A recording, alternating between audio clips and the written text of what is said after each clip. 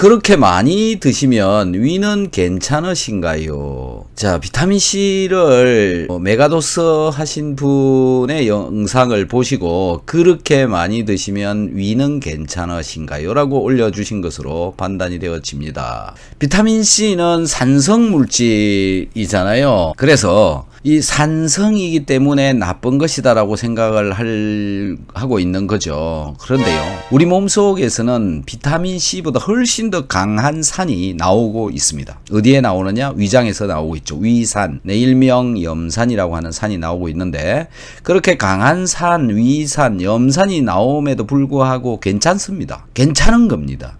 위장은 위산, 염산에도 견디는 강한 분자들로 만들어져 있습니다. 그래서 문제가 없는 겁니다.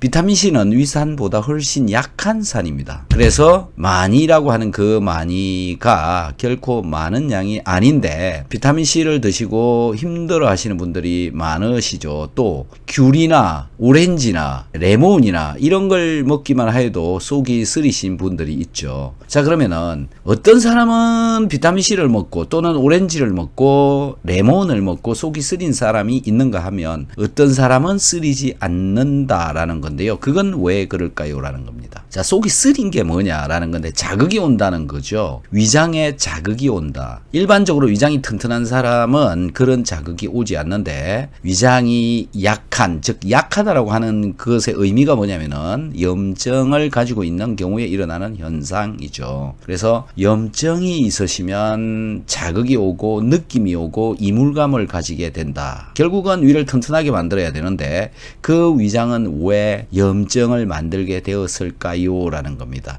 위장에 염증이 만들어지는 원인, 저의 닥터 한스 유튜브에 찾아보시기 바랍니다. 위장의 염증은 왜 생기는지. 그거를 한번 들어보시면 해답을 아실 수 있을 것입니다. 자, 그래서 괜찮으신가요? 라는데, 네, 위장이 튼튼하면 괜찮다라는 건데, 그럼 저는 어떤 때 한 번에 5개씩 먹는 그런 영상을 여러분들께 보여드린 적이 있는데요. 저는 그럼 괜찮느냐? 저도 괜찮지 않았습니다, 처음에는. 비타민C 하나를 먹고도 속이 쓰렸고, 하나를 먹고도 식은땀이 흐르고, 하나를 먹고도 자극이 왔습니다. 힘들었습니다. 그런데 그 시기를 지나고 나면 괜찮아집니다. 그러면 왜 괜찮아졌느냐라는 거거든요. 위장은 원래 산이 있어야 튼튼해지는 것이라고 생각을 합니다.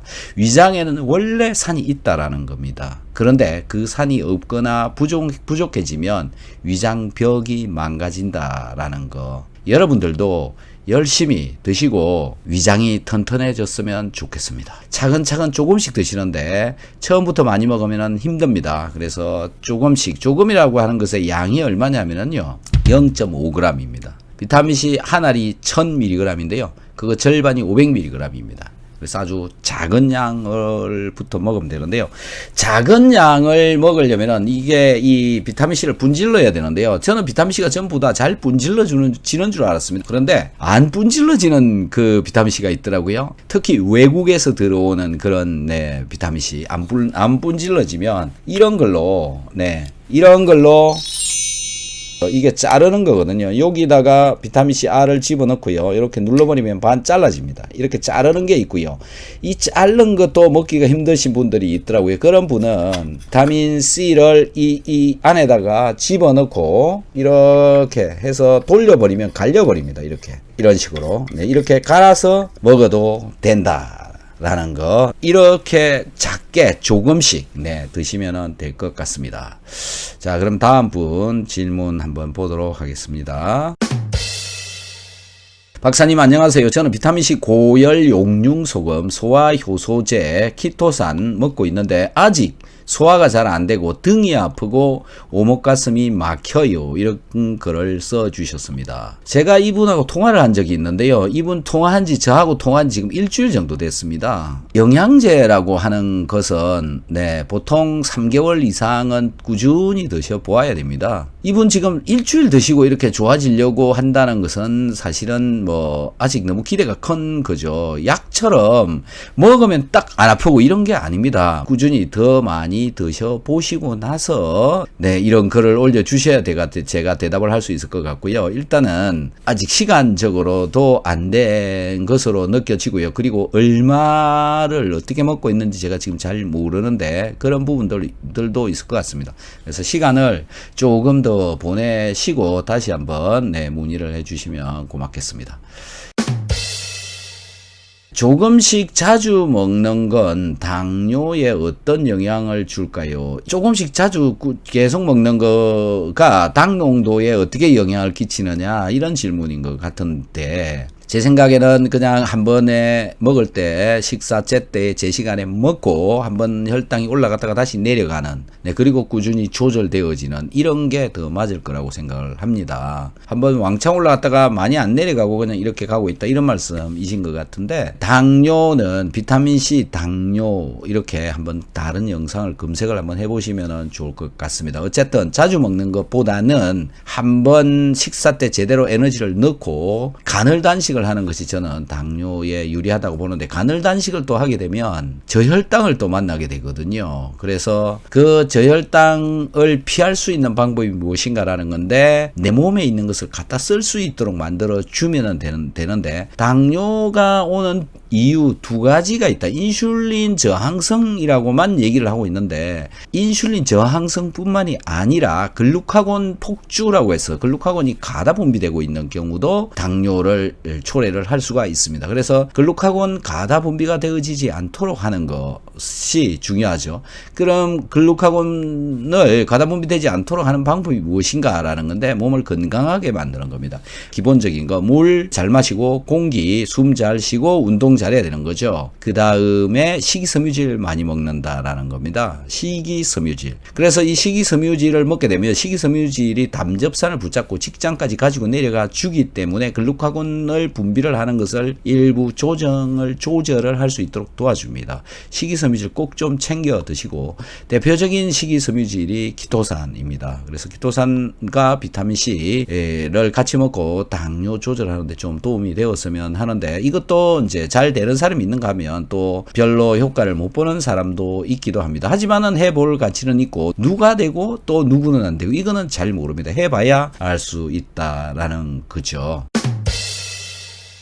자, 소식하면 배고프고 힘 빠지는데 어찌 하나요? 제 영상에 뭐가 있냐면요. 소식과 채식에 관한 이야기가 나오는데요. 소식하거나 채식을 하면 활성산소가 줄어들고 활성산소가 줄어들어야 노화가 천천히 되어진다. 이런 이야기의 영상이 하나 올라가 있는데 그것에 관해서 지금 달아주신 겁니다.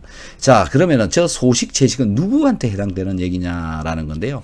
BMI가 높은 사람, 과체중을 가지고 있거나 뭐 너무 과식을 하고 있는 사람 이런 분들에 해당되는 것이고요. 마른 체형, BMI가 낮은 사람 이런 분들한테는 해당되지 않습니다. 뭐 당연한 거죠. 칼로리가 안 그래도 몸에 잘 들어가지도 않는 분, 소화 흡수도 잘 안 되는 분한테 너무 소식시키면 힘이 없죠. 어찌하나요가 아니라 BMI가 높은 분에 한한 이야기입니다. BMI가 그럼 높은 분인데 힘 빠지고 배고파요. 그런 분도 있어요. 이런 분은 몸에 신진대사가 안 되는 거죠. 몸에 있는 것을 갖다 쓰지 못하는 몸이 되어져 있는 거죠.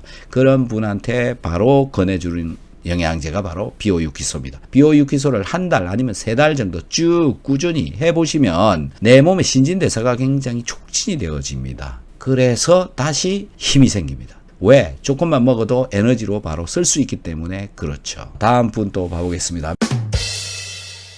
밀크 시설과 비타민 같이 먹어도 되나요? 네, 같이 먹어도 됩니다.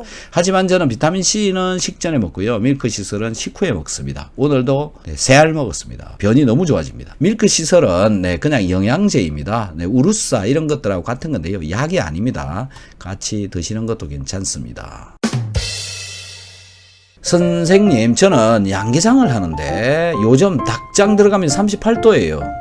그래서 찜질방이 따로 없답니다. 크크크.